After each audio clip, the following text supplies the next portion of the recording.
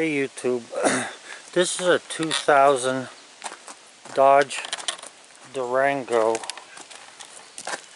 SLT V8 Magnum, and I believe it's a 318 in here. Let me just open this hood. The complaint on this thing is that the car stalls. You're driving it, all of a sudden it stalls, and the people who have it have taken it to numerous gas stations, and they changed all kinds of parts, everything from the radiator to all kinds of odds and ends, and I didn't see anything that made a difference. But anyway, here's what I did, and here's what I found out. So I read on eBay, or not eBay, but on YouTube, that there was a problem with this rack of plugs here on the computer from the year 2000 and around in there. So I noticed that when the car stalls, if you come out here and push these plugs in real hard, the car seems to start back up.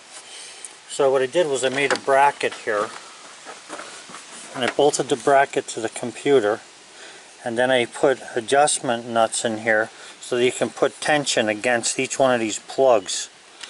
Okay, so that keeps the plugs tight in there. It's pushing against the compressor or the computer, and that's what you need it to do, be to tight together against the computer. So besides that, I also noticed that both of the battery cables were kind of loose. If you look real close there, I didn't want to replace the ends because, like everything else, nobody has any money today because of the goddamn president we had prior to Trump, whether you like it or not.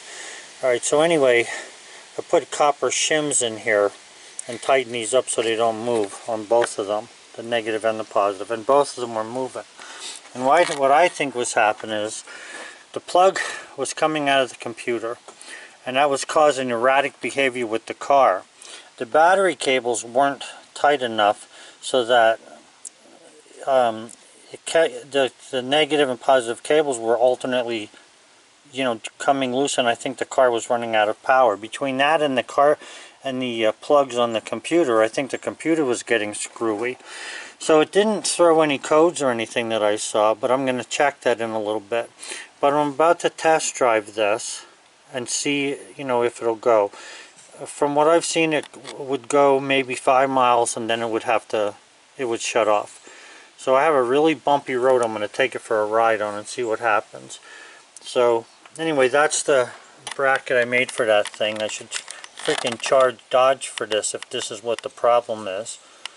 But and the only other thing I did was I checked some of the wires that went into this #1 plug here, and one of the wires looked like it was twisted together rather than soldered or spliced properly. So I soldered that together so it would stay nice and tight. And other than that, this is where I'm at. So I'm going to see what happens with this when I take it for a ride. I'll get back to you when I'm done. Okay? So have a good one. If I sound miserable, it's because I am. Alright, bye.